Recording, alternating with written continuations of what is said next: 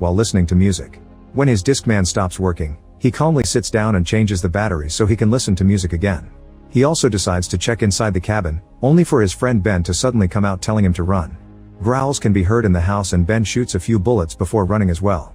It turns out the zombie apocalypse happened a few months ago, so now Ben and Mickey roam the land without a destination in mind. They're both former baseball players, and Ben is very good at killing zombies with a bat. However, Mickey hasn't gotten used to fighting yet. They get supplies whenever they can find them and relax in any area that appears to be safe, just trying to make sense of life. One day, Mickey scratches some lottery cards and gets excited when he discovers he's won $1,000. However, Ben kills his happiness by pointing out that the lottery doesn't exist anymore, and asks to play catch instead. Mickey isn't very enthusiastic, but Ben convinces him by reminding him that they're supposed to love baseball. The journey continues and the duo finds another cabin in the woods.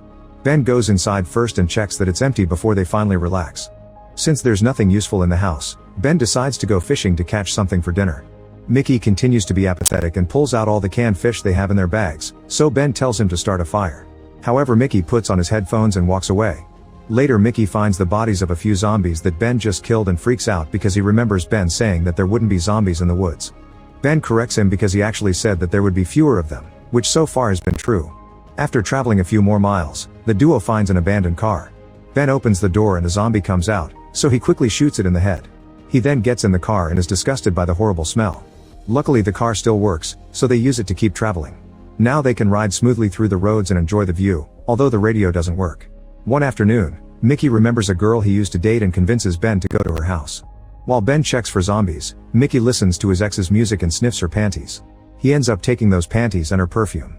In the garage, Ben finds some useful tools and a pair of walkie-talkies. Mickey also finds toothbrushes and they can finally clean their teeth after a long while. Afterward, Ben modifies the back seat of the car and creates an open space that they fill up with sheets and pillows. Mickey wants to stay in this house but Ben refuses, so an argument ensues. Ben reminds Mickey that they were stuck in a house for 3 months and they ran out of food, so they had to eat dog food and later the dog itself. Mickey's family died at the beginning of the apocalypse too because they were stuck in a house. When Mickey insists they should stay, Ben screams. Their traveling continues and Mickey spends most of his time with his headphones on, trying to escape reality. When they find a field full of cows, Ben stops to pet them. They're very good girls, so they make him smile. Sometime later, Ben asks Mickey if he wants to play baseball, but Mickey doesn't hear him because of the music. Ben pranks him by startling him from behind pretending to be a zombie and Mickey freaks out, so Ben points out that the headphones are going to get him killed. Then Mickey changes the batteries of the walkie-talkies and gives Ben one so they can test their range. The devices are working fine and while the duo is joking around, they accidentally pick up the signal from another group of survivors. A woman named Annie and a guy called Frank talk about a camp, going grocery shopping, and even watching movies. After some hesitation, Mickey contacts them and asks if he and Ben can join the camp, promising to work hard to help. However, he's told that the camp has no vacancies, and that he shouldn't try to find them. Frank also asks him to stay out of their frequency and hangs up. Mickey keeps begging them for help to no avail. Ben doesn't look bothered by this and Mickey finally snaps. He goes on a rant about the situation, saying he's tired of sleeping in random places, having to hunt for a living, and dealing with Ben's bad smell. However, Ben just laughs and points out that the camp residents don't want them, so there's no point in caring. For the next few days, Mickey keeps trying to contact the camp on the radio but they won't answer. Ben overhears him mention Annie specifically and realizes that Mickey is so desperate for company that he's got a crush on a voice. He starts mocking him for it, saying he imagines a very attractive woman like in action movies but in reality she's probably just an old hag. Mickey insults Ben by saying he's the only person he knows who gains weight during the apocalypse, but Ben isn't offended and says that he's the only person Mickey knows, period. Later, the duo stops at a motel and Ben waits in the car while Mickey insists on checking the rooms in case of survivors. Just like Ben predicted, one of the rooms is full of zombies, so he has to go out to fight them while Mickey hides as usual. Mickey also complains, saying they could just leave and that Ben doesn't have to kill every zombie they come across. An argument ensues and Ben dares Mickey to fight the zombies himself, reminding him that they killed his family. Since Mickey is still scared and doesn't move, Ben has to do all the work again. In the forest, Ben finds a waterfall and screams in excitement because he can finally have a shower. Mickey is sleeping in the car and is suddenly startled awake by a zombie appearing at the window. At first he yells for help and grabs the walkie-talkie, hoping to contact Ben. However, he notices that the zombie is a very attractive woman who is pressing her chest against the window, so Mickey decides to get naughty with his hand. When he's about to reach the climax, the zombie's brains are blown up by a shot. It turns out Ben is back and when he sees what Mickey has been doing, he starts laughing like crazy and leaves, wanting to give his friend some privacy to finish. As the journey continues, the duo keeps finding random houses in the woods, but they are always empty. They have to drop the car because it runs out of gas. One day they find a building with a really nice bedroom, so Mickey announces that they're staying the night because he wants to sleep on a real bed and he won't take no for an answer. Then he starts unpacking, only to notice that his headphones are gone. Mickey rushes outside and finds Ben making arrows while listening to music. When Mickey asks for his Discman back, Ben refuses to give it to him, saying that if Mickey wants to sleep inside a room with not much chance of escaping, then he can't be distracted. Ben is tired of having to fight for both of them and wants Mickey to have a wake-up call. Mickey pouts like a kid and throws the arrows to the ground in protest. During dinner, Ben teases Mickey for what happened in the car with the zombie girl, but Mickey ignores him and goes to the bedroom. He tries the walkie-talkie one more time and to his surprise, Annie answers. She says she'll get in trouble for talking to him and explains that the camp isn't as good as he imagines. Mickey insists he wants to go anyway since it'd still be better than sleeping in a tree. He also shares that he and Ben didn't really know each other and just were together on the team when the tragedy happened.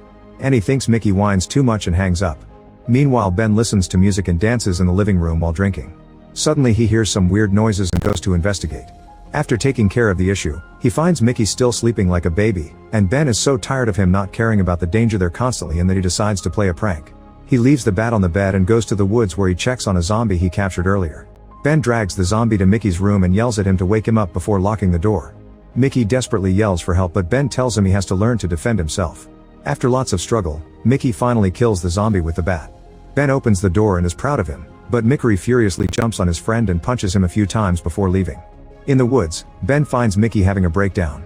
Mickey tells him about his conversation with Annie and Ben brings him back to the house. After they wash up, Ben tries to cheer Mickey up with baseball and some funny voices. He also reminds him that Annie was just a voice on the radio. From then on, Mickey starts paying more attention and helps around. He goes fishing and doesn't listen to music as often so he and Ben can chat. When they find an orchard, they get to eat lots of apples and play baseball with them. Eventually they find two cars, so they try to take the gas from one to refill the other one. Mickey notices that the engine is hot, meaning the drivers must still be around.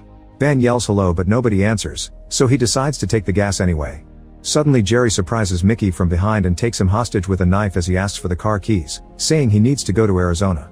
Ben pulls his gun out and explains that he doesn't have the keys. He also doesn't believe that Jerry will hurt Mickey. He points out there's probably nothing in Arizona and Jerry has no reason to do this.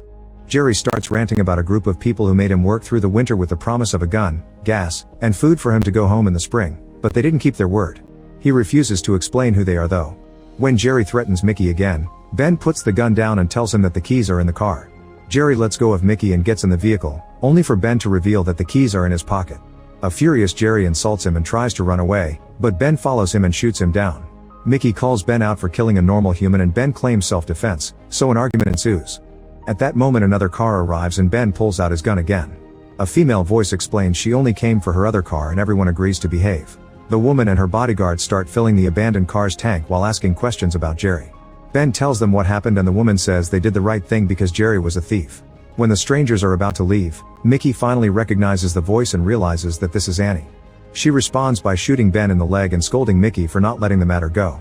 She takes Ben's keys and throws them in the middle of the field so they can't follow them, and she says that if she sees them again, she'll kill them both. After Annie and her bodyguard leave, Mickey looks for the keys to no avail. Ben can't help because of his wounded leg and tells him to rest for now since it's getting dark. In the middle of the night, the boys are awakened by a weird noise. They turn on the lights and discover a horde of zombies approaching their car. Mickey wants to run away and leaves the car, but Ben can't move because of his leg so Mickey is forced to go back. The next morning, the guys are still trapped in the car because the zombies are surrounding them. Mickey tries to cope by listening to music, but it isn't enough to cover the noise. Ben opens the sunroof and fires his gun, but he can't kill enough zombies to scare them and has to close the sunroof quickly before the creatures reach inside. Then Mickey insists they should hotwire the car, but Ben points out they've already tried and failed because it's not as easy as movies make it look.